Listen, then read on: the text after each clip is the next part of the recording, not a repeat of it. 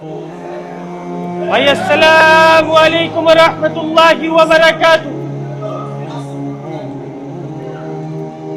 بھائی 5-7 منٹ لیں گے انشاءاللہ, زیادہ وقت نہیں لیں گے. ایمان کی بات ہے, ایمان والوں کو نفع دیتی ہے تو کہنے والا بھی محتاج, سننے والا بھی محتاج. ہم سب لا الہ الا اللہ محمد رسول اللہ کے محتاج میرے بھائی. ہم سب ان بولوں کے محتاج ہیں کہ یہ یقین ہمارے دلوں کے اندر اتر جائے, یہ یقین ہمارے دلوں کے اندر بن جائے کہ کرنے والی ذات ایک اللہ کی ذات. مجھ سے نہیں ہوگا, میرا کچھ نہیں, میں کچھ نہیں, اللہ سب کچھ, اللہ کا سب کچھ. میرے بھائی اس بات کا یقین بنانے کے لیے ہم لوگ اس دنیا میں بھیجے گئے تھے, لیکن ہم کیا دنیا کی رنگینیوں کو دیکھ کر, دنیا کی چمک کو دیکھ کر ہم اس کی رنگینی سے, اس کی چمک سے ہم نے ایسے دل لگا لیا جیسے یہ ہمارا ٹھکانہ, ہمیں ادھر رہ کر جانا ہے. میرے بھائی دنیا ہمارا ٹھکانہ نہیں ہے, دنیا ہماری عارضی جگہ ہے, دنیا ہماری عارضی جگہ. انسان پہلے کیا تھا, عالم ارواح کے اندر تھا, عالم ارواح کے اندر تھا, پھر ماں کے پیٹ کے اندر آیا, ایک دن قبر کے پیٹ کے اندر جائے گا. تو میرے بھائی اس طریقے سے انسان منتقل ہوتا جائے گا. انسان مرتا نہیں ہے. اللہ نے جو انسان کو بنایا اس کو ہمیشہ رکھنے کا ارادہ کیا. کائنات کا جو نظام بنایا اس کو عارضی طور کے لیے بنایا. اگر کائنات کے اللہ کے نزدیک کائنات کی قیمت مچھر کے پر کے برابر یا مکڑی کے جالے کے برابر بھی ہوتی نا میرے بھائی, آج ہم نے جس کو سب کچھ سمجھ لیا اپنا, آج ہم نے اس کے اندر سب کچھ سمجھ لیا کہ ہماری کامیابی بھی ادھر, ہمارا نقصان نفع ہمارا سب کچھ ادھر ہے, اصل کامیابی اس مال کے اندر ہے. تو میرے بھائی اگر ان چیزوں کے اندر کامیابی رکھی ہوتی, اللہ تعالیٰ خدا کی قسم, اگر اللہ تعالیٰ نے اس دنیا سے اگر ذرہ بھر بھی دل لگایا ہوتا, بنانے کے بعد اگر ایک بار بھی اس کو محبت کی نگاہ سے دیکھا ہوتا, تو خدا کی قسم کافر کو ایک گھٹ پانی کی نصیب نہیں کرتا اللہ تعالیٰ. اللہ کے نزدیک اس دنیا کی جو قدر و قیمت ہے وہ مچھر کے پر اور مکڑی کے جالے کے برابر بھی نہیں ہے میرے بھائی, مکڑی کے جالے کے برابر بھی نہیں ہے. لیکن کیا ہم نے اس دنیا کی چمک سے ایسے دل لگا لیا, اس دنیا کی رنگینی سے ایسے دل لگا لیا جس سے یہی ہمارا ٹھکانہ, ادھر ہی ہمیں رہ کر جانا ہے. ہماری عیاشی کا اڈا یہ ہے, جتنی عیاشیاں کرنی ہے ہمیں ادھر کرنی ہے. آخرت میں جو ہوگا دیکھا جائے گا. ہر انسان ایسے بے فکر ہو کر بیٹھا نہیں بیٹھا, ایسے بیٹھا نہیں بیٹھا. آج کس نے اللہ کے حکم کو کتنا پورا کرا, کس نے اپنی آخرت کی کتنی فکر کری. ہم میں سے کسی نے فکر کری آخرت کی, موت کی تیاری, قبر کی تیاری, آخرت کی تیاری, حشر کی تیاری, ہم نے اس میدان کی تیاری کری, ہم نے کری نہیں کری میرے بھائی, سوچا ہی نہیں ہم نے اس بارے میں. ہم نے تو سوچا ہوا ہے کہ بڑھاپا آئے گا, ابھی تو جوانی چل رہی ہے, اس کے بعد بڑھاپا آئے گا, بڑھاپے کے بعد بیماری آئے گی, بیماری کے بعد پھر کہیں جا کر ایک آدھ جھٹکے لگیں گے, پھر موت آئے گی میرے بھائی. میرے بھائی دنیا میں آنے کی ترتیب, جانے کی کوئی ترتیب نہیں ہے, جانے کی کوئی ترتیب نہیں ہے. ادھر جتنے بھی کھڑے ہوئے نا, کسی سے پوچھوں ہر کوئی اپنی عمر بتائے گا, لیکن کسی سے یہ پوچھ لوں قسم کھا کے بتا تیری کتنی باقی رہ گئی, بتائے گا کوئی؟ بتائے گا کوئی؟ نہیں بتا سکتا. کیوں؟ کیونکہ جو ہے وہ معلوم ہے, لیکن آگے کا ایک لمحے کا نہیں پتہ ہے.